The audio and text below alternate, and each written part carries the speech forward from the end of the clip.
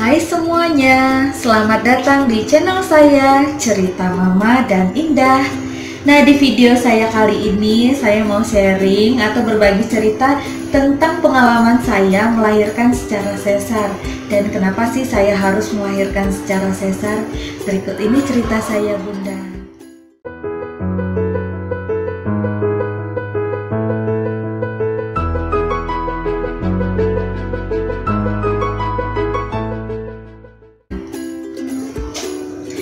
Hai Bunda, berhubung usia anak saya yang bernama Indah di bulan April ini dia berulang tahun di usianya yang pertama.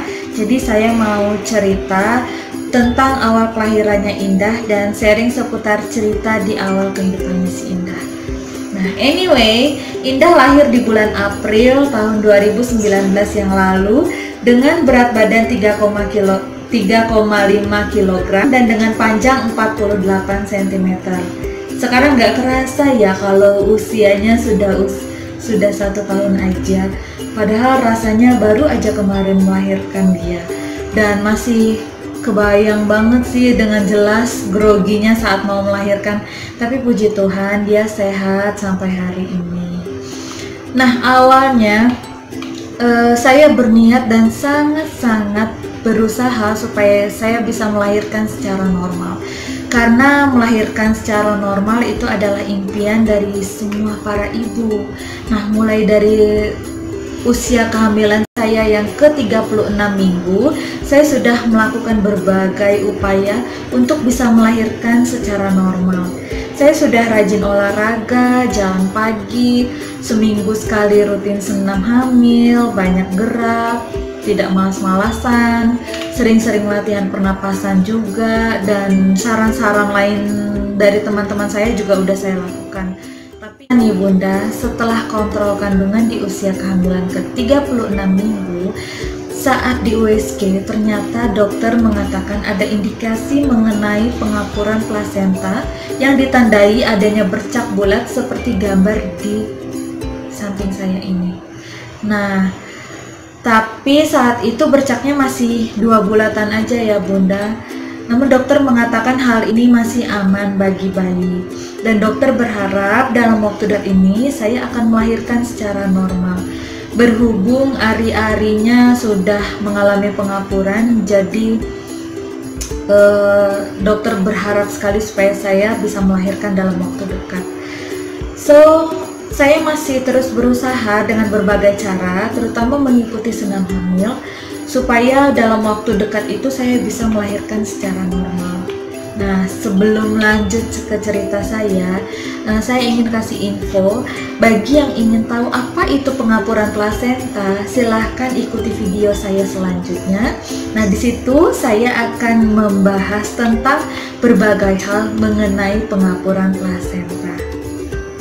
Nah, kita lanjut ke ceritanya ya Bunda.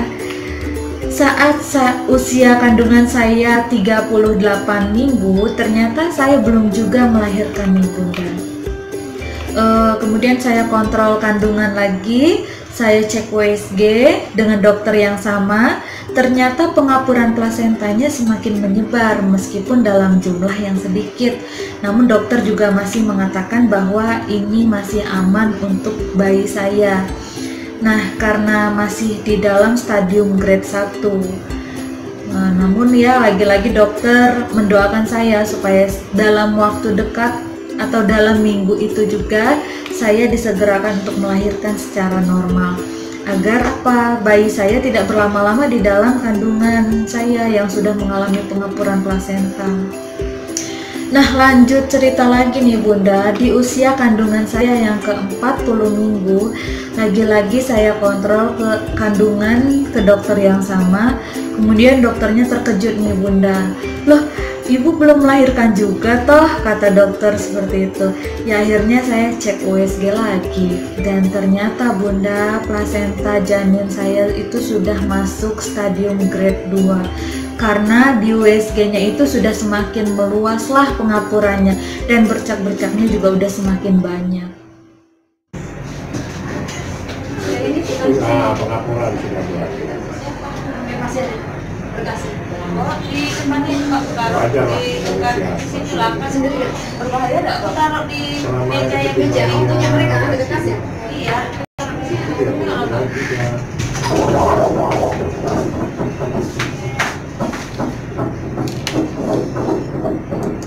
Hitungannya masih cukup lah.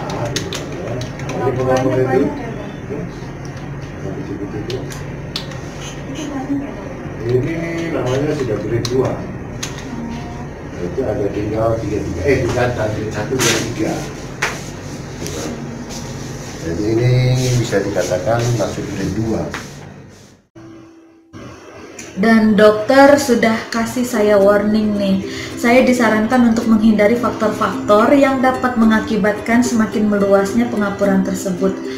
Nah, saya dilarang untuk tidak berada di kawasan yang ada asap rokoknya atau hindari konsumsi makanan yang menyebabkan tekanan darah tinggi. Terus juga saya tidak boleh stres. Tetap olahraga, jalan pagi, tetap senam hamil supaya secepatnya saya bisa melahirkan secara normal. Dan dokter kandungan saya ini juga sangat support saya supaya bisa melahirkan secara normal. Nah, lagi-lagi nih dokter mendoakan supaya saya lahir secara normal dalam waktu yang dekat. Namun, jika seandainya saya belum juga lahiran di dalam minggu-minggu itu, saya diminta untuk kontrol ulang lagi seminggu ke depannya nih. Nah, lalu di minggu ke depannya itu, di usia kehamilan saya yang ke-41 minggu, sebelum saya kontrol ulang ke dokter, saya kontrol kandungan dulu ke bidan tempat saya sering kontrol kandungan juga.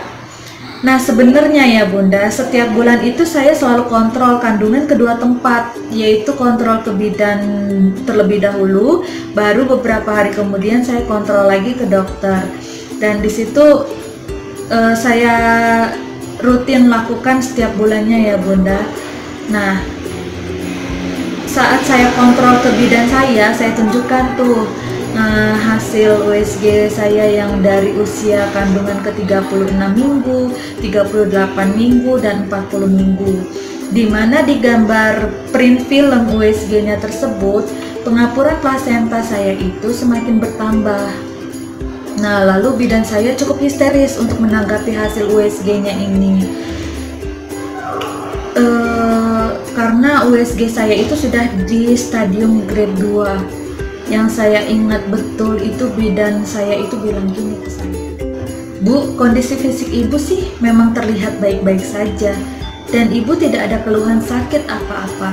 Tapi plasenta ibu ini sudah cukup membahayakan janin, Bu, jika dibiarkan berlama-lama." Itu kata bidan saya.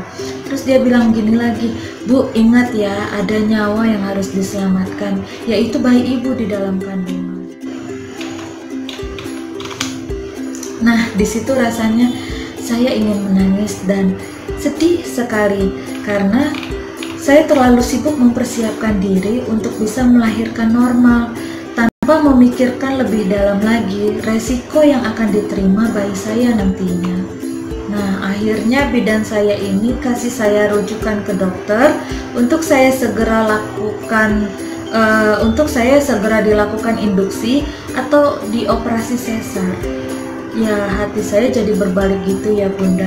Yang tadinya kekeh sekali ingin melahirkan secara normal, jadinya ya saya pasrah pada kehendak Tuhan. Syukur-syukur jika akhirnya saya melahirkan normal. Tapi kalaupun harus sesar ya saya terima juga dengan senang hati.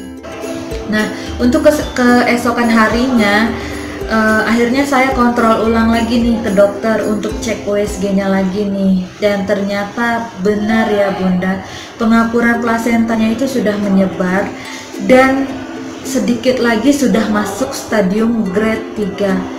Dan benar saja dokter kasih warning ke saya dengan cara yang tenang supaya saya tidak sedih jika saya akhirnya gagal lahiran secara normal. Nah, namun dokter menyarankan saya untuk segera diinduksi atau mau langsung operasi sesar. Ya, akhirnya dokter memberikan saya waktu untuk diskusi dengan suami dan keluarga. Sebelum saya setuju untuk operasi sesar, saya sempat memikirkan opsi lain untuk induksi. Cuman dokter dan beberapa teman saya yang lainnya bercerita tuh sama saya bahwa hasil dari induksi itu 50-50 hasilnya. Jadi saya kurang yakin untuk diinduksi. Seandainya aku memaksa diinduksi atau ditunda pun untuk menunggu adanya kontraksi, bakal beresiko untuk keselamatan anak saya. Karena saya takut anak saya kekurangan oksigen di dalam. Jelas dong ya, saya lebih memilih keselamatan anak saya dan gak mau berlama-lama bikin anak saya berjuang di dalam. Karena yang ada di pikiran saya sebagai orang awam itu ya Bunda, anak saya sedang berjuang hidup di dalam dengan kondisi plasenta yang penyaluran oksigen dan nutrisi atau makanannya itu sudah tidak maksimal lagi karena sudah semakin menyempitnya plasenta karena adanya pengapuran tersebut. Nah, akhirnya di hari yang sama saat kontrol ulang ke dokter, yaitu di usia kehamilanku yang hampir memasuki 42 minggu, kami sekeluarga dan suami sepakat untuk akhirnya saya melahirkan secara sesar di hari itu juga, yaitu tepat di tanggal 12 April 2019 jam 11 malam lewat 5 menit, hampir tengah malam ya guys ya. Bersyukur Tuhan masih sayang sama Indah sehingga meski tidak sesuai harapan saya untuk melahirkan secara normal, yang penting Indah lahir dengan kondisi sehat seutuhnya dan tidak mengalami satu penyakit apapun. Untuk itulah saya harus terus mempercayakan hidupnya kepada Tuhan yang berkuasa mengatur segala hal yang baik bagi kehidupan anak saya. Begitulah cerita saya akhirnya kenapa saya harus melahirkan secara sesar, dikarenakan satu faktor yaitu pengapuran plasenta. Nah, sekianlah cerita saya, cerita Mama dan Indah. Semoga ada hal positif yang bisa Bunda terima dari cerita saya ini. Dan untuk video selanjutnya saya akan bahas mengenai pengapuran plasenta. So, Bunda, supaya Bunda tidak ketinggalan dalam video-video saya selanjutnya, silakan Bunda subscribe channel ini dan aktifkan lonceng notifikasinya. Dan jangan lupa juga like, komen, dan share video saya ke seluruh sosial media yang Bunda punya. Dan terima kasih Bunda sudah menonton video saya. See you on the next video. Bye!